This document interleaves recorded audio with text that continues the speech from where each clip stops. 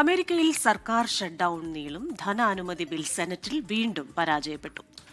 സാമ്പത്തിക അടച്ചുപൂട്ടൽ 7ാം ദിവസത്തിലേക്കാണ്. 42-നെതിരെ 52 വോട്ടിനാണ് ബിൽ പരാജയപ്പെട്ടത്. 100-അംഗ സെനറ്റിൽ ബിൽ പാസ്സാകാൻ 60 വോട്ടുകളാണ് വേണ്ടത്. റിപ്പബ്ലിക്കൻ നേതാക്കളും ഡെമോക്രാറ്റുകളും തമ്മിലുള്ള പ്രധാനപ്പെട്ട തർക്കം ആരോഗ്യ ഇൻഷുറൻസുമായി ബന്ധപ്പെട്ട വിഷയത്തിലാണ്.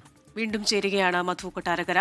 മധു, ഈ തർക്കം ഇങ്ങനെ നീണ്ടുപോകുമ്പോൾ ട്രംപ് പറയുന്നത് സർക്കാരിനെ ഒന്ന് റീഓപ്പൺ ചെയ്യാൻ, പ്രവർത്തിക്കാൻ അനുവദിച്ചാൽ ഡെമോക്രാറ്റുകളുമായി ചർച്ചയ്ക്ക് താൻ തയ്യാറാണ് എന്നാണ്. അതേസമയം തന്നെ ചക്ക് ഷൂമർ ഇത് നിഷേധിക്കുന്നുമുണ്ടല്ലോ.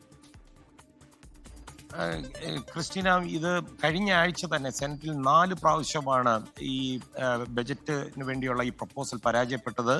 നേരത്തെ റീജിത്ത് പറഞ്ഞ പോലെ 7ാം ദിനത്തിലേക്ക് ഗവൺമെന്റ് ഷട്ട്ഡൌൺ കടക്കുകയാണ്. ഇന്ന് സെനറ്റിൽ ഡെമോക്രാറ്റ്സും അതുപോലെ റിപ്പബ്ലിക്കൻ പാർട്ടിയും 2 പ്രപ്പോസലുകൾ കൊണ്ടുവന്നു.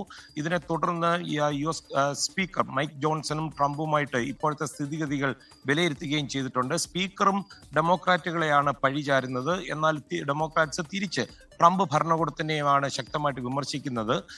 കാരലിൻ ലെവിറ്റ് എന്ന് പറഞ്ഞിരിക്കുന്നത് കൂട്ടപ്പിരിച്ചുവിടൽ എന്ന് പറയുന്ന ഒരു നിർദ്ദേശം ഇപ്പോഴും വൈറ്റ് ഹൗസിന്റെ മേശപ്പുറത്തുണ്ട്. അതൊരു ഭീഷണി രൂപത്തിൽ വേണമെങ്കിൽ നമുക്ക് കാണാൻ പറ്റും.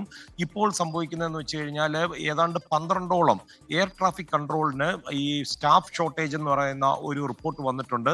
അത് ഈ വിമാനത്താവളങ്ങളെയും അതുപോലെ വിമാനങ്ങളുടെ ഡിലേയും വലിയ തോതിൽ ബാധിക്കാനുള്ള സാധ്യതയുണ്ട്. തുടർന്ന് മറ്റ് മേഖലകളിലേക്കും ഇത് വ്യാപിക്കും എന്നാണ്. ഇത് പറഞ്ഞു തീർത്തില്ലെങ്കിൽ മുന്നോട്ട് പോകാൻ ബുദ്ധിമുട്ടാകുന്ന ഒരു സാഹചര്യം ഉടലെടുക്കുവാനാണ് സാധ്യത. കൃഷ്ണ, റീജി.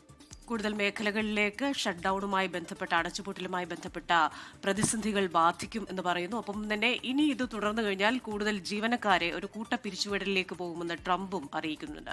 അമേരിക്കയിലെ ന്യൂജേഴ്സിയിൽ നിന്ന് മധു കൊട്ടാരക്കരയാണ് വിശദാംശങ്ങൾ നൽകിയത്. ലോകത്തെവിടെയായാലും ഏത് സമയത്തും 24 വാർത്തകളും ഓഗ്മെന്റഡ് റിയാലിറ്റി പാക്കേജുകളും എക്സ്പ്ലെയിനറുകളും വിശദമായി കാണാൻ ഞങ്ങളുടെ യൂട്യൂബ് ചാനൽ നിങ്ങൾക്ക് സബ്സ്ക്രൈബ് ചെയ്യാം.